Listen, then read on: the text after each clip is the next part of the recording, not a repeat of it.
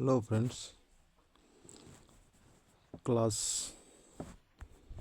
Class ninth का NCERT book से geography का क्लास लेकर आए हैं। जो पहला चैप्टर होगा ज्योग्राफी का, भारत आकार और स्थिति। पहला चैप्टर है भारत आकार और स्थिति। यहाँ से बहुत से प्रश्नों को पूछा जाता है परीक्षाओं में बार बार, तो इसको कवर करेंगे, देखेंगे यहाँ से हम लोग।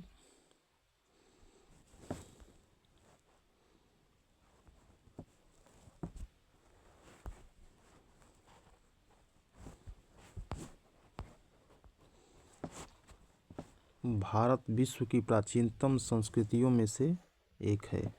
पिछले 5 दशकों में भारत ने सामाजिक आर्थिक रूप से बहुमुखी उन्नति की है। कृषि, उद्योग, तकनीकी और सर्वांगीण आर्थिक विकास में अद्भुत प्रगति हुई है। भारत का विश्व इतिहास में भी महत्वपूर्ण योगदान रहा है। देखेंगे स्थिति क्या है भारत की। भारत एक विशाल देश है। यह उत्तरी गोलार्ध में स्थित है। कहाँ है? उत्तरी गोलार्ध में। और इसका मुख्य भाग 8 डिग्री 4 मिनट उत्तर से 37 डिग्री 6 मिनट उत्तर अक्षांश तथा 68 डिग्री 7 मिनट पूर्व से 97 डिग्री 25 मिनट पूर्व देशांतर तक है।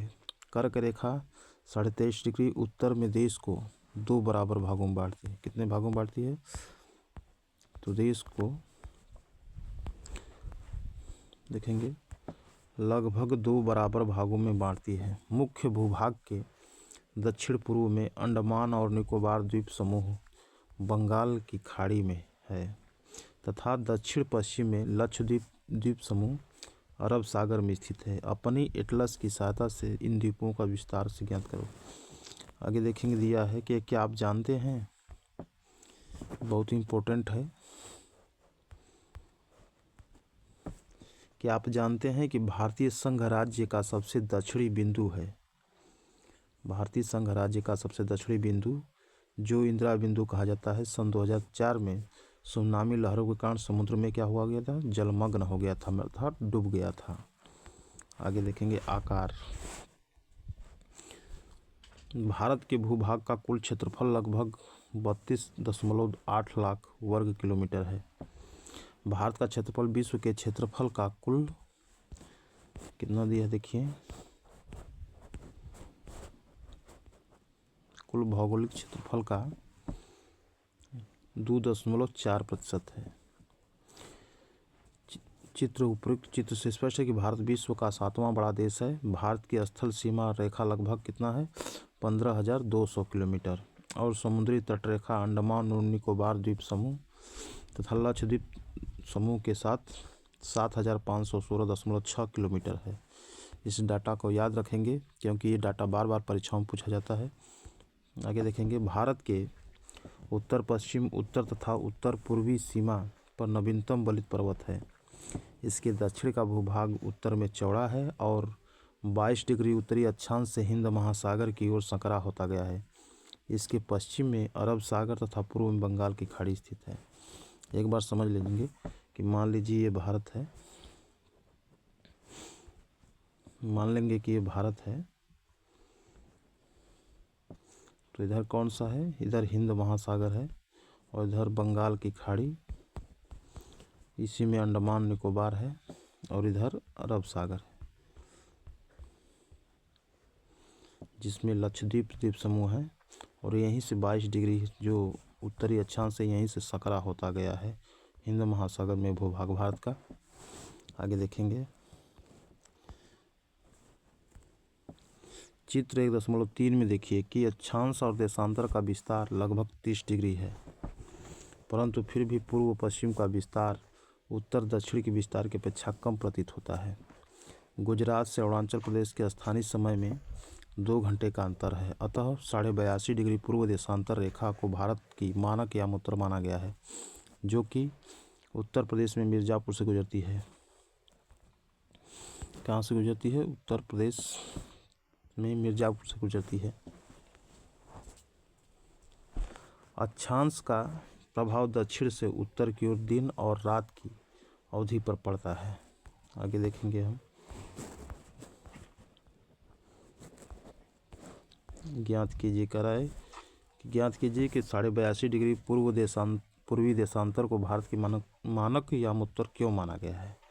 कन्याकुमारी और कश्मीर में दिन रात की अवधि में अंतर क्यों है, तो इसको भी जान लेते हैं।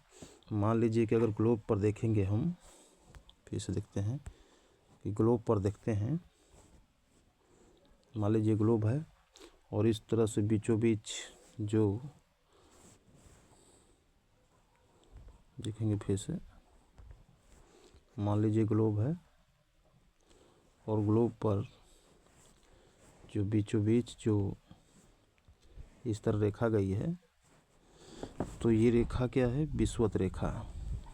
तो कह रहा है कि अब बीचों बीच जो ऊपर से आ रही है नीचे तक,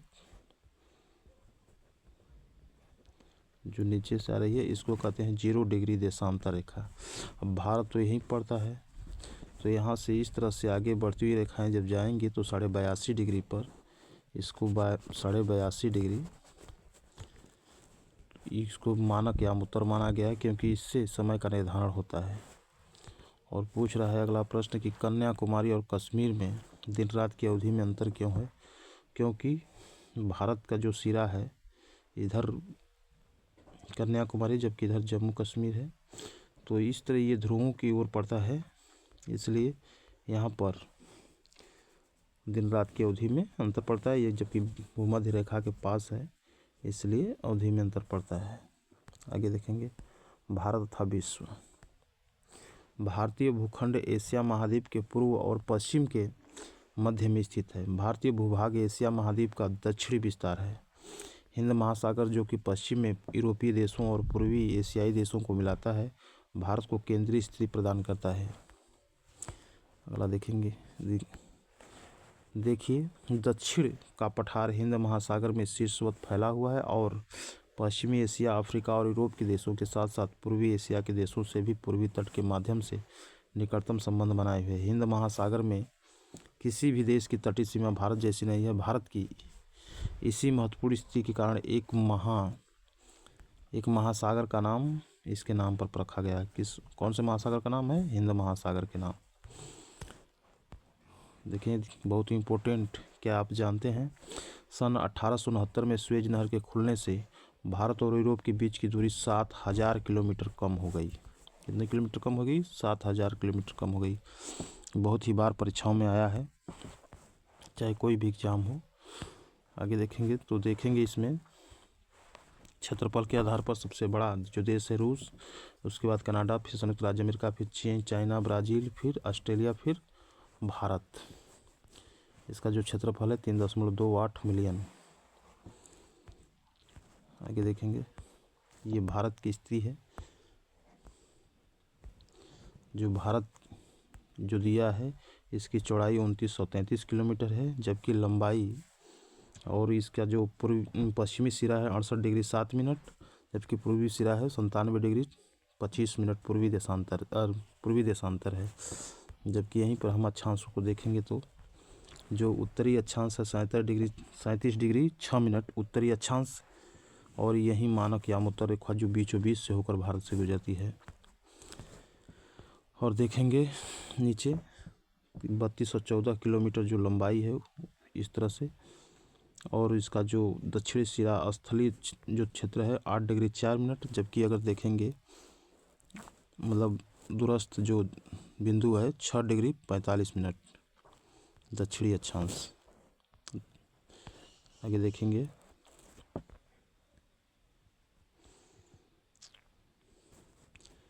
भारत का विश्व के देशों के साथ संपर्क युगों पुराना है, परंतु यह संबंध समुद्री जलमार्गों की अपेक्षा भूभागों से होकर था।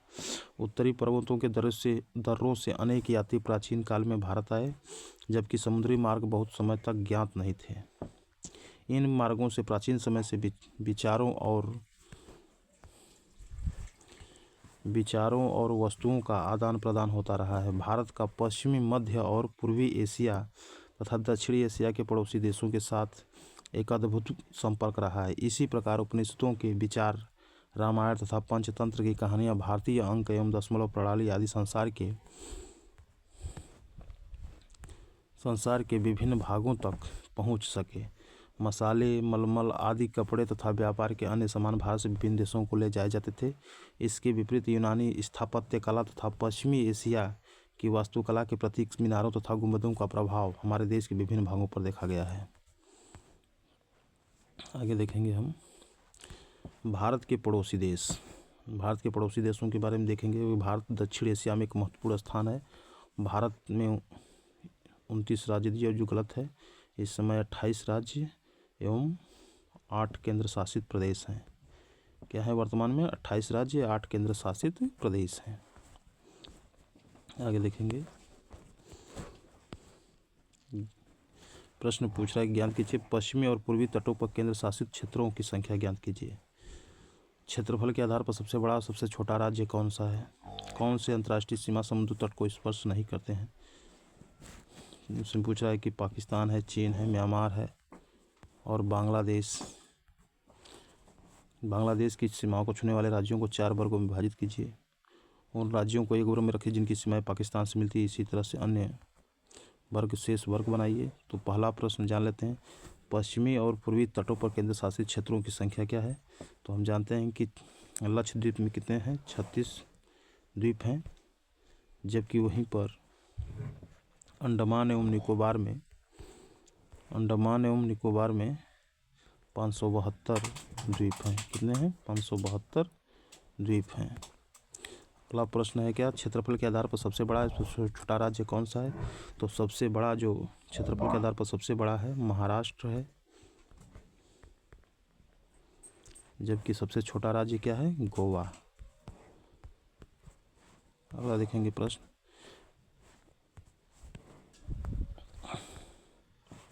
कौन से राज्य अंतर्राष्ट्रीय सीमा तथा समुद्र तट को स्पर्श नहीं करते हैं? तो कौन से राज्य अंतर्राष्ट्रीय सीमा तथा समुद्र तट को स्पर्श नहीं करते हैं? तो इसमें हरियाणा आ जाएगा, जो किसी भी अंतर्राष्ट्रीय सीमा एवं समुद्र तट को स्पर्श नहीं करता है। हरियाणा, उत्तर प्रदेश नहीं तो उत्तर प्रदेश नेपाल से होता है, हरियाणा जो है, और उसके बाद मध्य प्रदेश, एमपी, हरियाणा, एमपी, उसके बाद तेलंगाना, छत्तीसगढ़, झारखंड, मतलब ऐसे ही अनेक राज्य हैं जो अंतर्राष्ट्रीय सीमा समुद्र तट को स्पर्श नहीं करते हैं। अगला देखेंगे प्रश्न, पाकिस्तान, चीन, म्यांमार और बांग्लादेश की सीमाओं को छूने वाले राज्यों को 4 वर्गों में विभाजित कीजिए। तो पाकिस्तान से जो छूने वाले इस समय क्या हुआ है? 2 केंद्र शासित प्रदेश हैं, लद्दाख एवं जम्मू कश्मीर। चाइना से कुछ होने वाले, जैसे चाइना को देखेंगे लद्दाख छूता है, हिमाचल प्रदेश, उत्तराखंड बताते जा रहे हैं, समझ लीजिए, उत्तराखंड, सिक्किम और अरुणाचल प्रदेश। ये 5 राज्य जो एक केंद्र शासित प्रदेश और 4 राज्य चाइना से लगते हैं। जबकि म्यांमार से लगने वाले राज्य हैं जो म्यांमार से, इसमें है अरुणाचल प्रदेश, नागालैंड, मणिपुर एवं मिजोरम। ये 4 राज्य जो म्यांमार की सीमा से लगते हैं। अब बांग्लादेश की सीमा से, बांग्लादेश से लगने वाले जो भारत के राज्य हैं, पश्चिम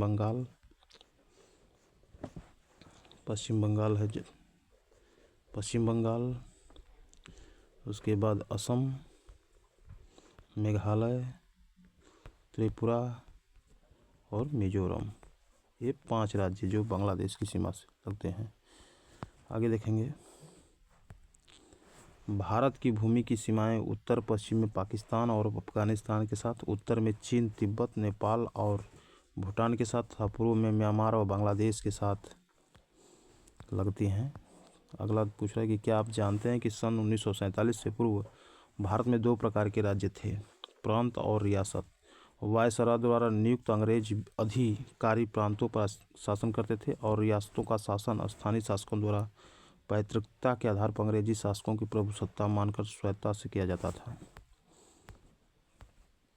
आगे देखेंगे,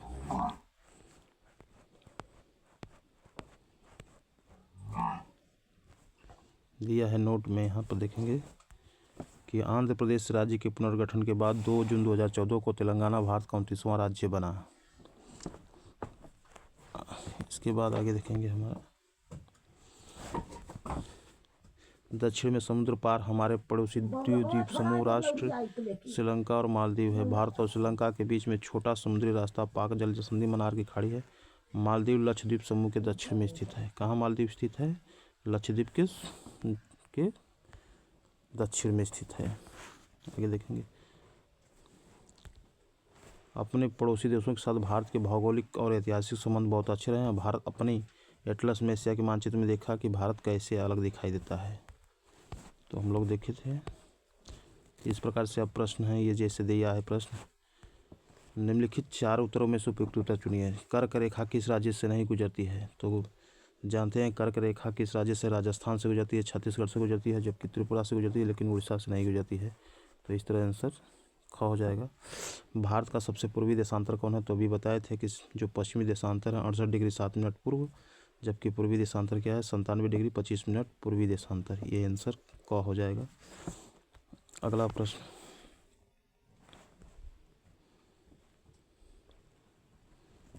जो अगला प्रश्न है कि उत्तराखंड, उत्तर प्रदेश, बिहार, पश्चिम बंगाल और सिक्किम की सीमाएं किस देश को छूती हैं? तो अभी बताए थे चाइना, चीन को छूती हैं। ग्रीष्मावकाश में आप यदि कवरत्ती जाना चाहते हैं तो किस किस केंद्र शासित क्षेत्र में जाएंगे? तो कहाँ जाएंगे? ये लक्षद्वीप की राजधानी ही है कवरत्ती। मेरे मित्र एक देश के निवासी हैं जिस देश की सीमा भारत के साथ नहीं लगती। आप बताइए कौन सा देश है? तो जबकि भूटान की सीमा भारत से लगती है, बांग्लादेश की लगती है और नेपाल की लगती है, लेकिन ताजिकिस्तान की नहीं लगती है। तो इस प्रकार से हमने क्लास 9th का पहला चैप्टर जो है चैप्टर 1 जो भारत की स्थिति एवं विस्तार के बारे में बताए, इसको कवर किए। अगले वीडियो में हम चैप्टर दूसरा लेकर आएंगे जो बहुत ही इम्पोर्टेंट है। परीक्षाओं में बार बार यहाँ से प्रश्न पूछे जाते हैं इन बुक्स से। तो देखिए हमारा चैनल अगर वीडियो पसंद आया तो हमारे चैनल को लाइक, सब्सक्राइब एवं शेयर कीजिए। थैंक यू, धन्यवाद। और कमेंट भी कीजिए कि कैसा लगा। थैंक यू, धन्यवाद।